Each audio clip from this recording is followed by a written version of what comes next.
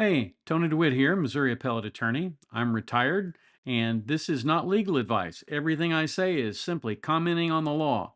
And this will be what we're commenting on today.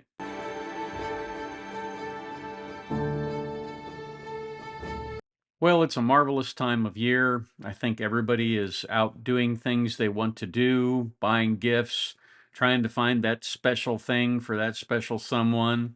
I know I've spent the last probably 5 weeks trying to do that. I'd still do more if I could, but I'm afraid I'm running out of time.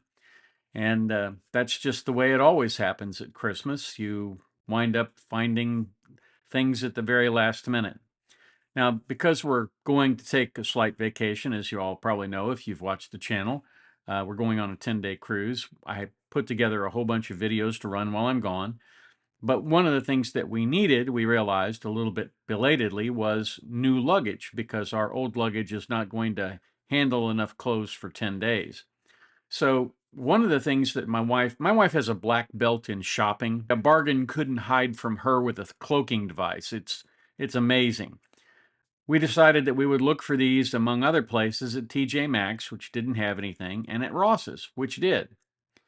And then I spent an hour in a line behind probably 60 people that went through this line waiting to get checked out. But you know what I found when I got to the end of the line and the lady was there to take my money? Here, this woman had been throwing bags and taking stuff and shoving them in bags and taking money and talking with all these people. And she was happy. She was smiling. She wished us a Merry Christmas. She was having a great day. I was a little bit grumpy by that point because I don't like standing in line for anything. I promised myself when I got out of the Army I wouldn't stand in line for anything, but of course that's one of those promises I made to myself that I had to break.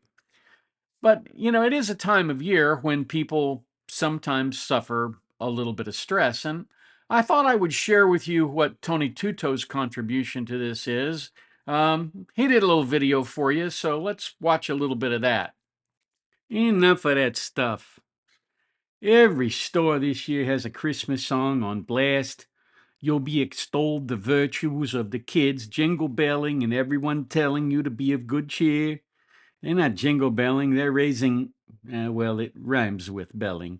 Anyway, you get the idea. If you are unwise enough to go into Target or Kohl's or Walmart or Kohl, any place like that, what you'll find is that the kids are not jingle belling. What they are doing is they're running around, acting like fools on amphetamine, knocking things over, rolling over your feet with their carts, bumping into you, standing in front of you, and otherwise being a generalized nuisance to the rest of us who are in there trying to shop for our family. To this, you must add the people who never see the friends they have until they go to Christmas shopping. And then, when they do, they meet them in the middle of the aisle in Walmart and they take up the entire aisle while they are discussing the last 72 Christmases they have known together. Then there's the parking. Did I mention the parking? The parking, yeah. Do you want to go to Target? You better pack a lunch. You'll be parking in the out of 40, and there's no shuttle bus to run you back to the door. If you're smart, you park in an open space so that there's 2 or 3 spaces around you in all directions, because you just know that as soon as those kids jump out of that SUV next to you, their door is going to bing out and swing in and hit your door, thunk, and there you go, you got a nice door ding. Sorry, they say as they rush on into Target, and the little punks can run faster than you can, so you can't even catch them. So you park 40 acres north of the mall, walk back, do your shopping, and return to find 16 SUVs, all looking like they were purchased in late 1989, parked within inches of your car. Taken in context, this does not seem very much like the most wonderful time of the year. And no matter how much the singers on the radio tell us that it's a winter wonderland, or to let it snow, no one really wants to deal with that slush and snow and ice and all of the attendant circumstances that come with it. You add to that a bunch of people in a hurry on bad roads with IQs barely above room temperature, and nothing good is going to happen, let me tell you what. Poor Tony Two Toes, he just doesn't get the Christmas spirit, or at least so it seems. Tony Two Toes is really a big softy, he wouldn't hurt a flea, and In truth, Tony Two Toes gets a little misty eyed when he thinks about the end of the Grinch tale there, even though he says that the Grinch wimped out at the end. It is amazing to me how people who are miserable the entire year sometimes come in at this time of year and they're happy and they're full of life and they're enjoying life. And I really wish, if there was anything that I could wish for my brothers and sisters out there, is that we would come together and have that feeling all year long. Now, there are some people who do it, and a lot of them work down at Disney. Disney says it's the happiest place in the world, and for the most part, for the people who work there, they certainly try to do that for the guests. But otherwise, I haven't run into too many places where they really have a joyous attitude all year long. But here's what I want to tell you about having that joyful attitude, that attitude of trying to help people. When you see somebody has a heavy load, jumping in there and helping them with it, doing things like that. From a business point of view, obviously it's smart business. It's also smart risk management.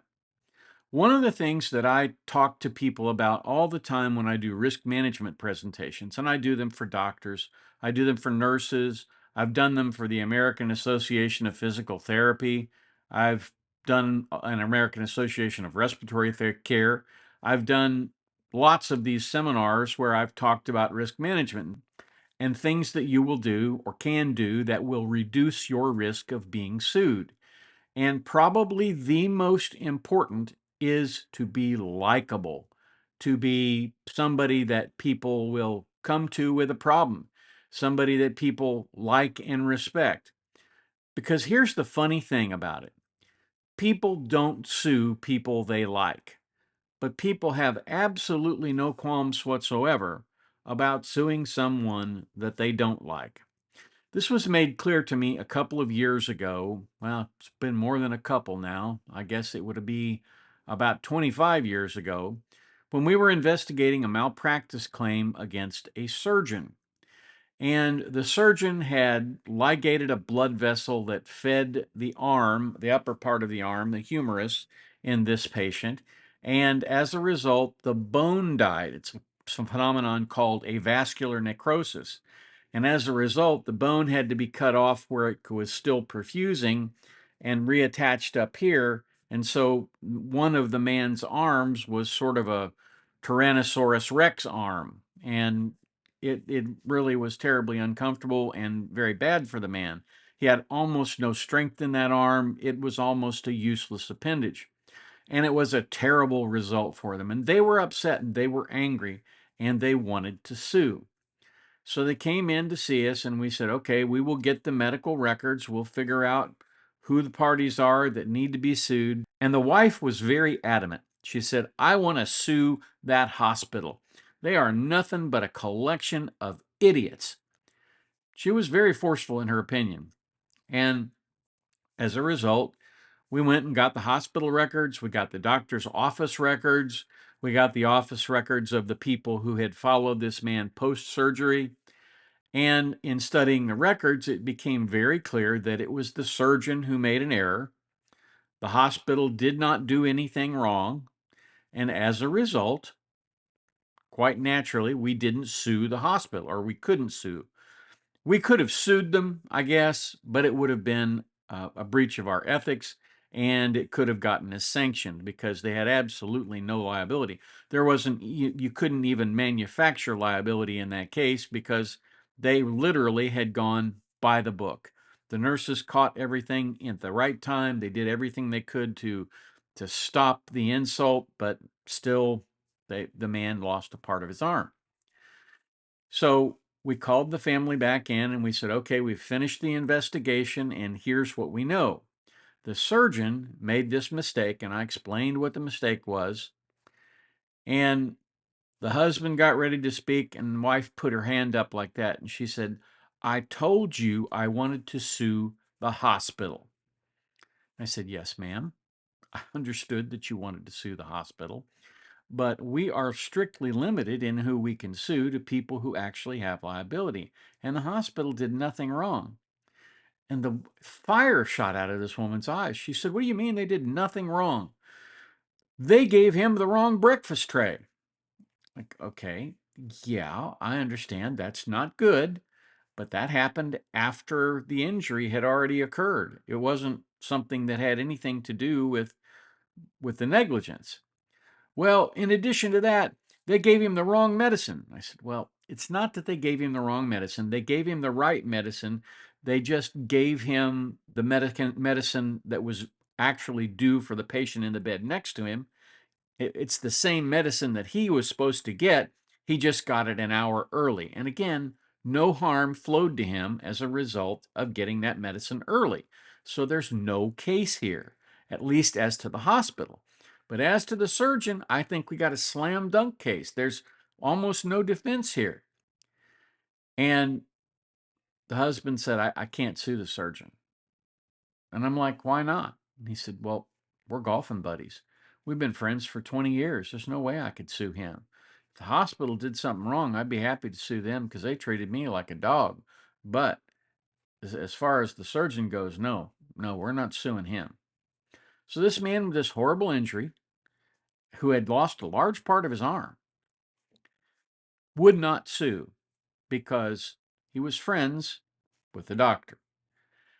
It was a pretty powerful statement, as far as I was concerned, about what happened. You can make a mistake, and if people like you and you are friends with them, and the doctor had apologized to the patient. He said, I'm really sorry. Obviously, I messed up, but I really feel bad about this. And the family had told him not to worry about it. That, we were getting the records because we wanted to sue the hospital. And certainly the doctor had to know that the hospital didn't do anything wrong. But at the end of the day, we handed them back their file and said, you're free to take this to anybody else to see if they can find some reason to sue, Our Lady of Perpetual Billing over here. But the bottom line is we're not going to do it. And I've always felt good about that result, but more importantly, I felt good about the lesson that it taught, which is, there are some people who, when something bad happens to them, it becomes oh boy, grandma got hurt at the nursing home, we can get money out of it. But the majority of people don't think that way. And so, for that reason, it is always a good idea to treat people well. And people do tend to treat people well at this time of year. And I think that's an important thing. Thanks again for being here. I hope everybody has an absolutely marvelous season and a great holiday. I am not going to be putting out a video on Christmas Eve or on Christmas Day, but on the 26th, the videos for the cruise start running. You'll have to let me know what you think of them. Thank you so much for being here. If you have the opportunity today, go out of your way, do something nice for somebody. It'll make you feel better. And then come on back down here tomorrow. Join me at the beach. We'll talk about something else. I shouldn't have to say this, but you don't seek legal advice from a guy down at the beach. You seek it from a lawyer in a lawyer's office, where there are people running around in suits and secretaries and all kinds of other people. I'm just a YouTuber. I'm a retired attorney at this point, and although I retain my license to practice in the state of Missouri, I am not here dispensing legal advice. I'm just offering general content on the law. And here are some videos that YouTube thinks you may enjoy.